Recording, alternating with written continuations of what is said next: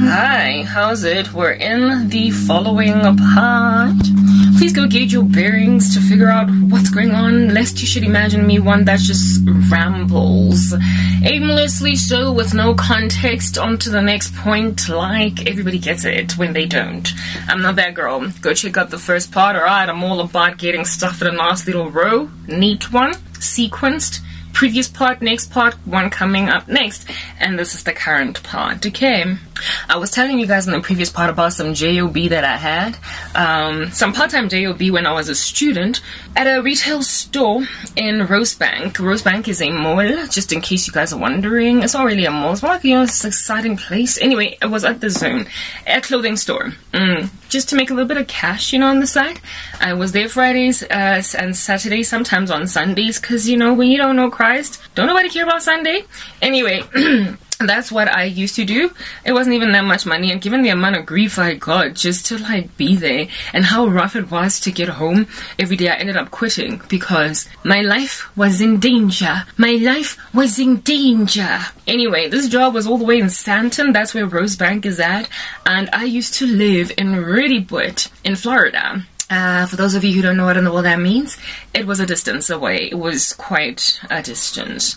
From a distance, maybe 25 kilometers, maybe 20.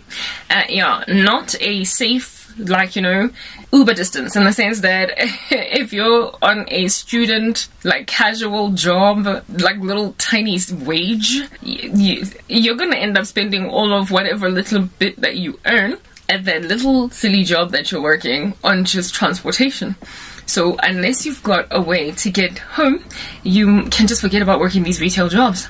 Anyway, whatever, but I thought that I could do it. I was like, I can do it. Anything I can conceive in my mind to do, I can do it. That's what I told myself. Well, it didn't really work out because I nearly got hurt. But Jesus, I wasn't saved. He was there anyway. Because Christ has been with me all my life. That's been kind of clear. I'm aware of it. Anyway, whatever. Righto, so moving on. Here it is that I'm working this casual retail job at this very far away mall from where it is that I lived. And frankly, I'm to blame for working so far away because I wanted to work in a Larney mall. I was this little snob. I wanted to work in this like upmarket mall. I've mentioned that Santon is quite an upmarket neighborhood. Rosebank and Santon are sort of kind of in close proximity to each other. It's the northern suburbs of Johannesburg where all the rich people live.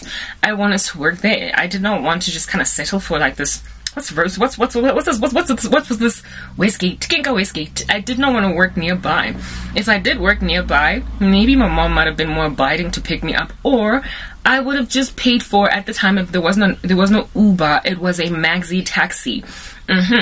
I'm 38, so yeah, been around for a minute. Don't be looking at me looking all black, don't cracky. I'm old. Anyway, so back then we didn't have Uber, we had maxi taxis, and they, I think, were a lot more expensive than Uber. There was little, what is the word that I'm looking for, competition in the market of such transportation as this, and so they got to, like, you know, charge some pretty exorbitant rates, because they were a monopoly, hey. Anyway, whatever. So no, nobody pays for maxi taxi. The only that does, like, on a student casual retail job wage, the only people that were able to get home properly were those who would pay some driver dude Wako Soweto to, like, fetch all of them together in a clump, and they paid him a fee a month, and they, you know, divided it between themselves, and they were good to go. But I didn't live in Soweto. I lived in Reprobate. You know what I mean? Yeah, I did not have enough people working in Rosebank that were from the Wedo. Do you understand? Yeah, that were from my hood type establishment thing. So I was in a little bit of a situation, but I wanted this job, and one of the biggest reasons why I wanted it was because, you know, like I said, my mom was strange when I was on the come up. She's always been weird. She just got weirder when I came to Christ in a way that was kind of destructive. Like when I was a kid, it was benign neglect, and then after I came to Christ, it became intentional, her affliction of my general cause type thing. But it's always just been an issue. There was always something there that was not right. Anyway, whatever.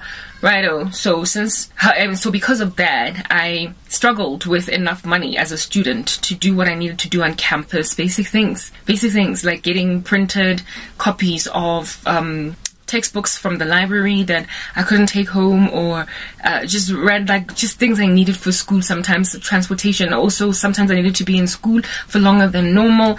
Yeah, I had needs that she was just not catering to.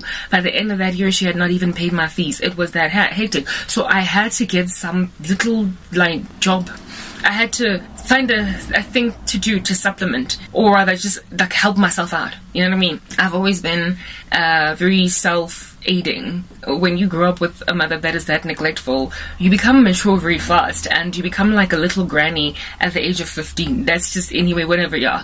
That's always been the situation with me. So, of course, then after my first year was just a rough ride financially, I was like, I know I'm not doing this. So at the latter part of my first year, I just went around from shop to shop there in Rosebank asking for a job, and so this one Okie hired me as a casual to work in his little shop. Okay, very well. Now here it is that I was working this casual job at this store, and it was around Christmas. Okay, it was headed for festive season. Like I told you, it was year end, and they increased operating hours around that time.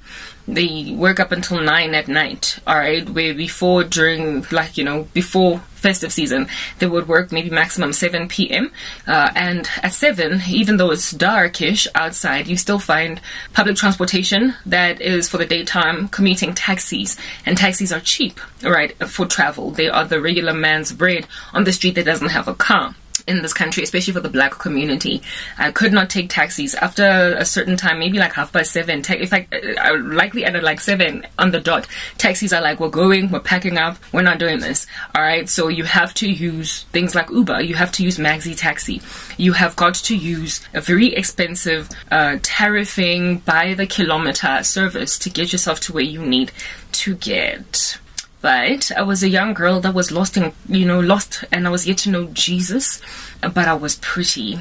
So I was like, shall I use my beauty to get lifts to take me all the way to Reprobate? Shall I do such a thing as that? And I did. Like, you know, when irresponsible ecosystems cause a young girl to use their body, their face, just to get ahead or just to get something done, then you know that a society has failed its children. Anyway, whatever. So I was a pretty little thing, and so for those reasons, I imagine that why would a pretty little thing have to struggle with Maxi Taxi when a pretty little thing can get driven home by some random fool who is happy to drive the pretty little thing home for free. Anyway, yeah, so that was my mindset. It was taxing emotionally on me because I had to humor. So just to tell you my Shellington personality, Shellington is the very, like, sort of kind of bizarre. Sometimes it's barbaric, a lot of times it's hilarious, largely it's irritating thing that, you know, black men especially do when they pursue black women.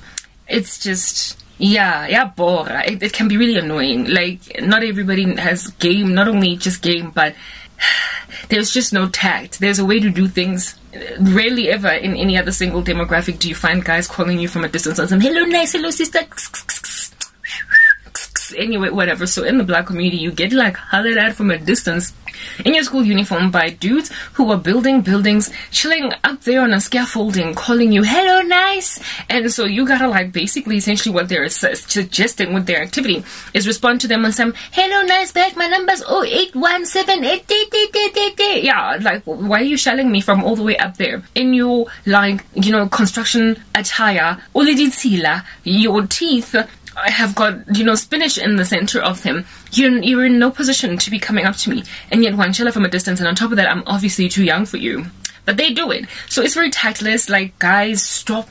Like, as you're driving, you're not driving, sorry, as you're walking, coming back home from, you know, wherever you were at, having gotten off the taxis, and you know, they will slow down, causing traffic to, like, you know, chock-a-block at the back of them, and some hello, hey, Anjani, hey, if we're not gonna get a lift to go home. Basically, hello, how you doing? Do you want a lift? I'll take you home. And we all know, as girls, if it all was sober and sane, to just ignore the guy and let him eventually drive off, because the cars behind him will give him pressure to move on. If, however, you get in that car, you're going to be told all different kinds of things about how beautiful you are, get asked for your number, and one day the guy is going to hope to perhaps put you in bed or something. It's very messy in the black community, but unfortunately many black girls just allow themselves to fall into that because, you know, life sucks. Their parents don't give them enough money, so they allow these like perverts essentially to do whatever they want to do. And I was that. So I've always, as a result of that tactless way, feckless way of how some black men pursue girls, I've always just hated it when they holler at me like that, to a point where, yeah, let's move to the next part.